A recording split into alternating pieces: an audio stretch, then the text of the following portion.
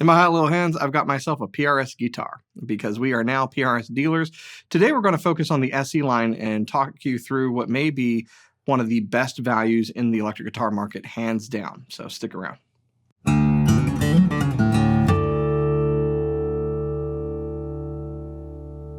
Hey, you're watching Alamo Music TV. My name is Chris McKee with Alamo Music in San Antonio, Texas, and you can find us online at alamomusic.com. If you're new to the channel, subscribe, turn on notifications, like our videos.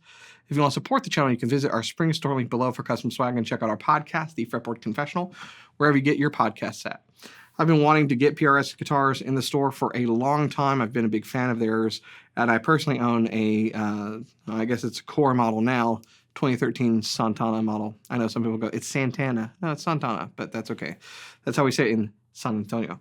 So big fan of these guitars. I think their SE line, which they've been building up for a number of years, that started, gosh, was it 2008 or further back with the Santana model, actually, have just been huge values within the electric guitar market. I'm going to show you 4 models today that I think represent just a smattering of what's available in the SE line. But what they all showcase is, PRS's commitment to quality and execution, great features, good execution in the SE line that they're having built with core tech. They've been very transparent, which I really find refreshing from a builder of who's building these guitars for them and how it's done within that factory in its own line based on these designs. They've shown that on YouTube before, and I like that transparency. I've heard from some people that they'll buy like a DGT David Grissom SE model and it becomes one of their favorite guitars or something to that effect. So I'm a big fan. I'm going to get me a PRS guitar with a dragon inlay. 90s kids will recognize that line. If you recognize that line, drop the movie in the comments, y'all. So the first one that I'm holding, this is toward the upper side of it, and the features go along with it. And we'll kind of jump around a bit, but this is PRS McCarty 594 single cut SE model. So the PRS McCarty has long been in the lineup for the core US made lines. And then they did the McCarty 594 single and double cut guitars, which have been very, very popular, particularly for people that are Gibson Les Paul fans, but were wanting something, with a few differences to it, or different options that still kind of had a bit of a vintage vibe to it. But let's go back a little further and talk about where the name McCarty comes from. Because Ted McCarty was president of Gibson Guitars back in the 50s when most of the quintessential legendary models came to be. And there were a lot of people involved in that, but Ted McCarty got a lot of recognition and credit for the designs on the Les Paul and the ES335 and so forth. And if you listen to kind of Paul Smith talk about it, when he's a young guitar builder, he kind of seeks out Ted in order to learn from him. And, what these become is a signature model that honors, instead of an artist, the builder. And so I think that's pretty cool. And that's why a lot of the designs are very vintage Gibson, angled, I guess, if you will. PRS has always kind of been, I think from the onset, he was trying to build a guitar that blended Fender and Gibson features. So scale lengths were kind of in between. And you had double cut bodies, but carved, figured maple tops and humbuckers, but with switching options to get in between sounds and all of that stuff. And so it's interesting to take, the two guitar brands and guitar models that effectively started solid body guitars as we know it, and then, starting in the 80s, really try to modernize them and bring some additional features. And what I really like about PRS as a company is that they're always kind of tinkering. And they'll come out with new models and they'll revoice pickups and they'll do all sorts of things, to try to make things better. I think sometimes hyperbole ticks people off. I get that. Of course, you're also trying to market things and explain new things to people. And sometimes people on the internet are just angry. But for what these cost, the fit and finish and features you're getting are insane. So let's look at this one real quick. You've got stop tail with a traditional style bridge, individual intonation on saddles, but the saddles are brass, which is very, very cool. It's kind of a high-end feature, if you ask me. You got your traditional 4-way layout, 2 volume, 2 tone. The tones are both push-pull pots so that you can split the pickup coils. your traditional three-way toggle. You've got a thick maple cap on here. It's got a veneered finish for the figuring, and it's not a deep violin carve like you'd see on a US-made model. So it's more not quite as a crazy carve, but there's a carve to it, and it's a thick body with a thick cap, which is nice. Vintage pattern neck, I think is what it is. 10-inch radius on PRS, again, kind of in between from what the 9.5 to 12 that you'd get between Fender and Gibson. Very nice finish work on these. You've got the birds that have become quintessential with PRS guitars, the McCarty 594, and vintage style tuners. This comes with a bag. There are a lot of guitars in this price point from other manufacturers that don't come with anything. So really good value. Check out the details on our website.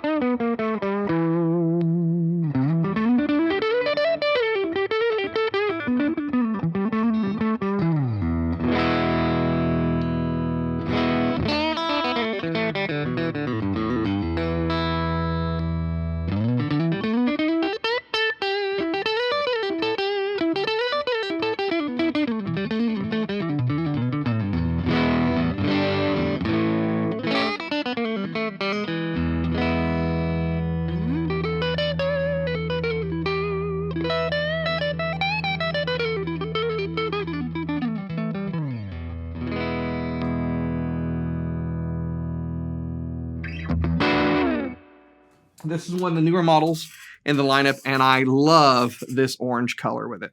So obviously modeled after a Strat type guitar. You've got a double cutaway body, top-loaded pick guard. You've got the birds, again, on rosewood, maple neck. Really kind of classic look. Now, they already have the silver sky if you really want traditional Fender Strat sounds, right? But done the PRS style. So that signature model that they've done with John Mayer has been a runaway hit. It's available both in the core model and it's available in the SE line. And it's really popular with traditional single coils. Where this differs is the control layout and the tremolo and the pickups that are being used. So these are near field deep dish pickups. They are effectively very unique design PRS humbucking pickups that strive to combine the sounds that you would get from like a mini humbucker P90 single coil sound. It's a little fatter than a traditional single coil sound, dead quiet, but you have that narrow focus, which means you get the high-end chime that you want. And what I really like is that you get the PRS tremolo on this guitar. So the PRS tremolo design solves a number of issues that sometimes come up with like a traditional Fender style tremolo. And I'm not knocking Fender. I own 3 Strats with those tremolos on there. But here's what sometimes happens. You can have intonation issues. The saddles can move around on you a little bit. You bend, the note with that tremolo. Does it come back into place? Does it get a little wonky with spring tension and everything? So to solve some of those issues, one of the things you'll notice is that these blocks have a particular ramp to them that are designed to have a really good break angle. They are all kind of captured within this channel that is set up here around the edges so that they can't move from side to side, which is an important part of this. And then the 6 screws may look like a vintage Fender, but what's different about them is that each of those screws has a shallow relief route that is machined into the top of it, or toward the top of it, the head. And the point where it makes contact with the bridge itself, the entire tremolo bridge sits on a knife edge on every single screw. And so usually with like a Fender style or most tremolos out there, you have two designs. You have a 2-point knife edge, or you have like the traditional 6-screw where they're just screws and it's just kind of sitting in there. And the more modern approach with the knife edge is you have these 2 posts that have bevels and the knife edge sits in there, and that's going to give you better kind of return to zero, if you will. But there can still be some tension give between the two. The PRS 6-screw setup gives you the bevel with a knife edge across all 6 screws. And so it's very hard to have any kind of back and forth, movement between there. My experience has been it's the most stable tremolo I have on any of my guitars. So very cool. You got tone, you got master volume, you got a 4-way selector so you can get all your individual and in-between sounds on this. Cooper really liked it. Check it out.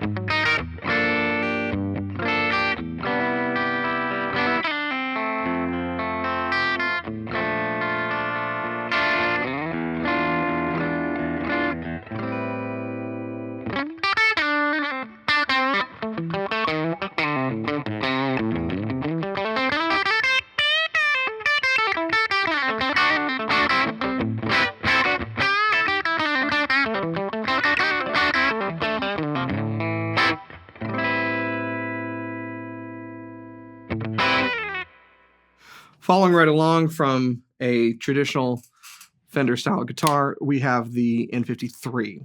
So there is a core version of this. This is the SE version of this. It is effectively a Tele inspired guitar with a lot of modern improvements. Like you have that swoop in there, just like you typically get on your PRS guitars. You have your volume, you have your tone, you have your 3-way selector switch, and you have these 2 NF deep dish pickups. Mini humbuckers, sort of ish. Again, going after a nice Tele sound, but with a bit more to it, and dead quiet, which is really nice. 25-inch scale length on here, 10-inch radius, ash body in this awesome dog hair finish, which is super cool. Reminds me of some high-end calling stuff that they're doing. And then I really dig the bridge. So very much what you'd find on a lot of old vintage Teles. You've got brass saddles on here that in this case have been intonated and give you that nice spanky sound that you expect from this guitar. You got the bird inlays against the maple. This is a cool looking guitar. It's nice and light, and comes with a bag. It's a great price. Why wouldn't you want this guitar?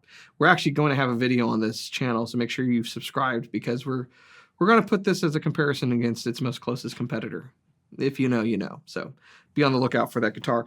But take a listen because, you know, Cooper ran through these and I said, what should you like best? And he was like, man, both the NF guitars are amazing. And he's typically a telly player on stage, so it was really cool to hear him say that. So anyways, check it out for yourself.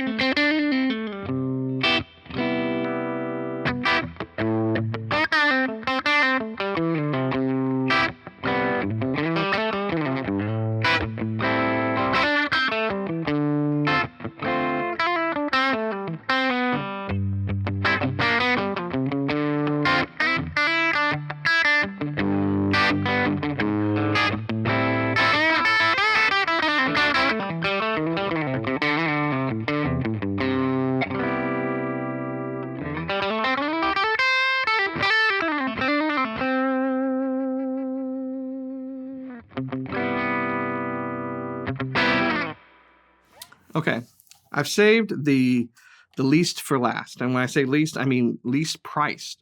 This is the CE24 SE model. It's a satin finished 24 fret humbucker guitar in the SE line that, yes, still comes with a bag for $4.99. We do lists every year where we talk about our favorites and best values and stuff. This is going to end up on probably a few lists when we round out the year because for $499, right, $500, this is insane value. Compared to the others, they haven't skipped on anything when it comes to fit and finish and the quality of this guitar. You know, they've gone to a satin finish and they've really done kind of some plain choices when it comes to it. There's no figure top, veneers, or any of that stuff. But it's such a great guitar. One of my kids has been like kind of wanting an electric guitar, and I'm like, you know, in the past, it probably would have been like a Squier Classic Vibe, which I think are still fantastic guitars. This is light. This is, you know, extremely versatile. It's a straightaway setup. I love the tremolo like I just described on the NF3. So, you know, maybe it'd be something like this instead of a Classic Vibe. I don't know. I think this is something that's compelling and should be in the conversation, especially since it comes with a bag. We have said so many times on this channel, manufacturers, figure it out. Your guitar should come with a bag or case. It really should, especially when it's weird. Have you ever seen this? Like a guitar company will put out a weird shaped guitar that you could never find a case for and then don't include a case. I hate it. It's one of my pet peeves, but not in this case. Pun intended. There is a bag with every single one of these guitars.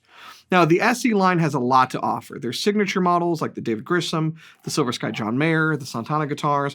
You have guitars ranging from $4.99, topping out at about $15.99. And that $15.99 guitar is an hella insane value with the hollow body 2, with piezo and everything. We're going to do a video on that too, because I just want to talk about how to use piezo in electric guitars. There's a bunch of different ways you could utilize something like that. But you got custom 24s, specials, semi-hollows, just a great special. And we're not even talking about getting into the S2s and the beginning of the core line and you know, CEs and stuff, but there's a huge value to be had. And I think PRS SE line in particular has been a runaway success for a reason, because the quality hasn't really gone down in keeping the value down, or keeping the price down, which makes it a huge value.